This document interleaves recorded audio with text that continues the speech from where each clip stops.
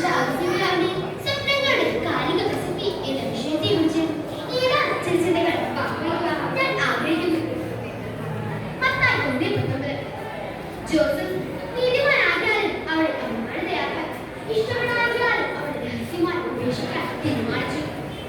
ഈശോ സ്നേഹം നിറഞ്ഞവരെ, നീതി അനീതി പല വിധത്തിൽ വ്യാഖ്യാനിക്കപ്പെടുകയും വളച്ചു കുടിക്കപ്പെടുകയും ചെയ്യുന്ന ഈ കാലഘട്ടത്തിൽ വിശുദ്ധ ഗ്രന്ഥം ഔസേപ്പിതാവ് നൽകുന്ന നീതിമാൻ എന്ന വിശേഷം ഏറെ ചിന്തനീയമാണ്.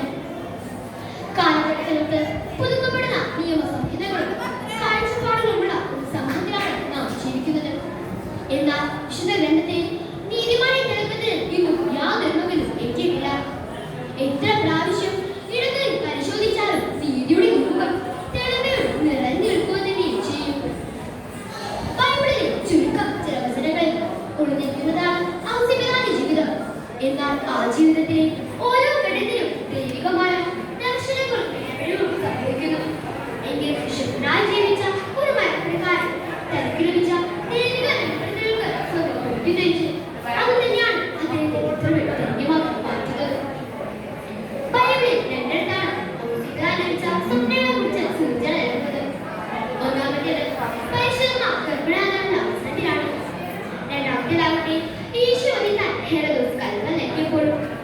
ഈ രണ്ട് സന്ദർഭത്തിൽ ഔസേപ്പിതാവ് സ്വീകരിച്ച സമർപ്പണ മനോഭാവം ഈ കാലഘട്ടത്തിൽ പ്രസക്തമാണ്.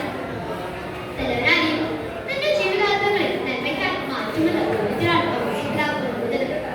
തന്റെ ജീവിത പ്രശ്നങ്ങളിൽ അലസമായി തെറ്റുമാറാൻ സാധ്യതയുള്ള ഒരു സന്ദർഭത്തിലും സംയമനത്തോടെ ദൈവം ശ്രമിക്കാനാണ് ഔസേപ്പിതാവ് പരിശ്രമിച്ചത്. അല്ലായിരുന്നെങ്കിൽ ഇന്ന് ലോകത്തിന്റെ സ്ഥിതി ആകുമായിരുന്നു.